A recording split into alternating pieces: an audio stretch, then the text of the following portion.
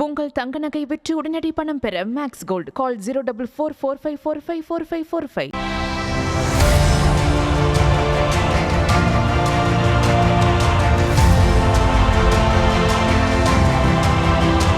தந்தை ராமதாஸின் ஆதரவாளர்களும் அவரது மகன் அன்புமணியின் ஆதரவாளர்களும் இப்படி அடித்துக் கொள்ளும் காட்சியை பார்க்கும்போது அது சரி, தலையும் வாலுமே ஆளுக்கொரு பக்கமாக முகத்தை திருப்பிக் கொண்டிருக்கும் போது அவர்களை பார்த்து வளரும் கட்சி நிர்வாகிகளும் தொண்டர்களும் மட்டும் கூடியா இருப்பார்கள் என்ற கேள்விதான் எழுகிறது.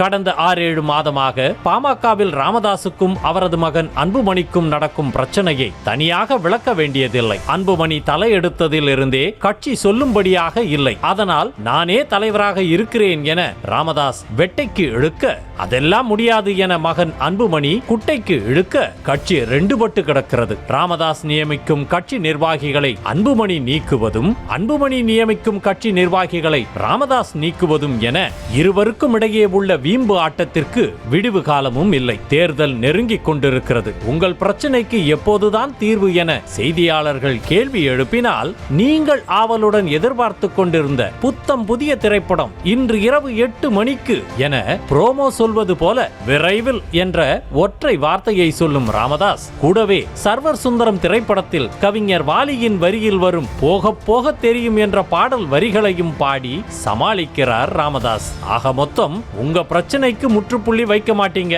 அப்படித்தானே என்றுதான் அனைவரும் சொல்லி வருகின்றனர். போக போக தெரியும்.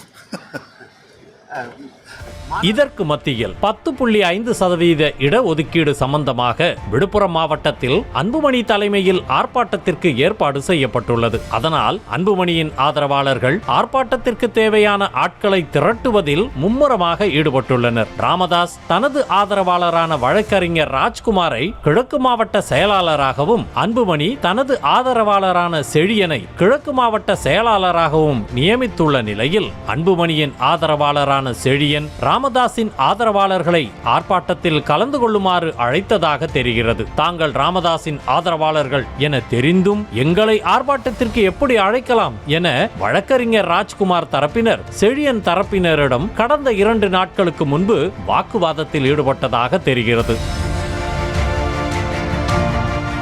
இந்நிலையில் கள்ளக்குறிச்சி மாவட்டம் திருக்கோவிலூர் அடுத்த சந்தைப்பேட்டை புறவழிச்சாலையில் GPR என்ற பெயரில் இயங்கி வரும் செழியனின் பெட்ரோல் பங்கிற்கு வழக்கறிஞர் ராஜ்குமார் தனது நண்பர்கள் 4 பேருடன் காருக்கு பெட்ரோல் போடுவதற்காக வந்துள்ளார். அப்போது அங்கு நின்று கொண்டிருந்த செழியனின் ஆதரவாளர்கள் வழக்கறிஞர் ராஜ்குமாரிடம், என்ன தைரியம் இருந்தால் அன்புமணியின் ஆர்ப்பாட்டத்திற்கு ராமதாஸின் ஆதரவாளர்களான தங்களையே அழைப்பாய் என வாக்குவாதத்தில் ஈடுபட்டுள்ளனர். சில நிமிடம் வாயால் பேசிக் கொண்டிருந்த இரு தரப்பினரும் அடுத்ததாக கைகளால் பேச ஆரம்பித்தனர். பெட்ரோல் பங்கில் கை கலப்பில் ஈடுபடுவதாக தகவல் கிடைத்ததும் அங்கு வந்த போலீசார் இரு தரப்பினரையும் விசாரணை நடத்தி வருகின்றனர்.